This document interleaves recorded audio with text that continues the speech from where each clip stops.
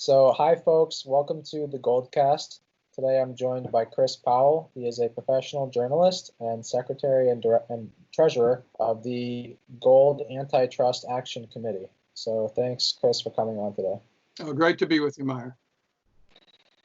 So, I guess tell us a little bit about how you came into all this information in terms of gold and price rigging and all that stuff, and why you founded the GATA, as it's called sometimes. Well, it was all kind of an accident.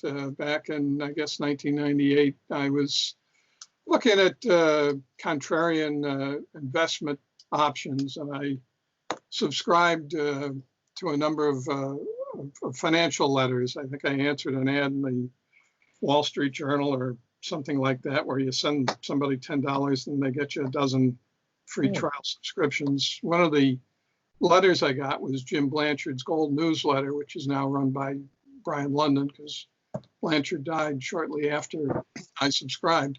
Blanchard was saying that gold was really low at the time. This was in '98.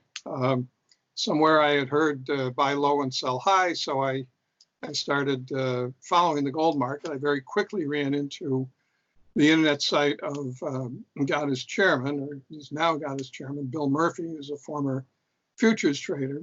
Bill was writing almost every day about how it seemed that the gold market was rigged because of certain things that happened when the gold price reached technical points that were important to traders. And Bill saw that the same bullion banks seemed to be intervening in the market to prevent the price from rising at crucial points. I had some experience with antitrust law because of my newspaper work.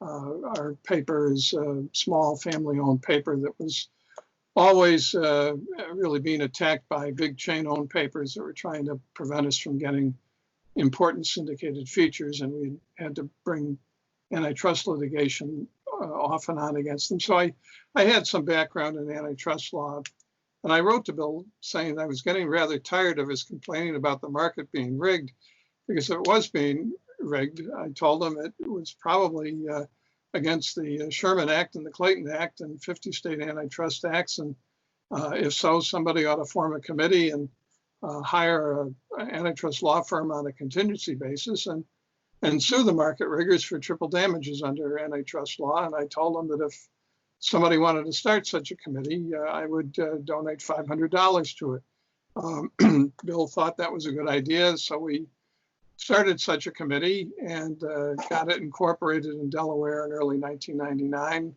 And we hired an antitrust law firm with a very generous contribution we got from a South African mining entrepreneur.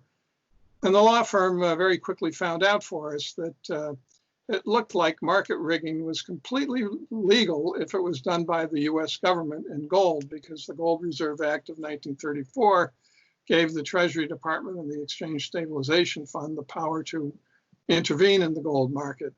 And given that the government had that power, the law firm thought that it was very unlikely that an antitrust lawsuit would succeed. And at that point, we concluded that probably the most we can do here is just clamor against what the government was doing, try to expose it.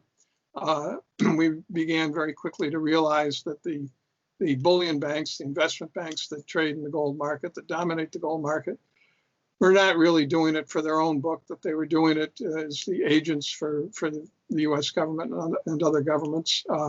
And if the government was really behind the whole policy, then all we could do was clamor against it and perhaps bring freedom of information cases against the government to uncover certain documentation. And that's what we've been doing for 20 years. We have uncovered enormous documentation, really from government archives themselves and statements by central bankers in ordinary course of their business and in their memoirs, confirming that gold price suppression has been Western central bank policy for at least a half a century.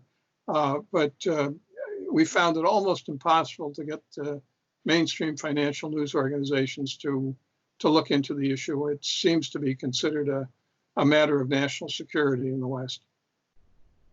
Right, right. So, when did you hear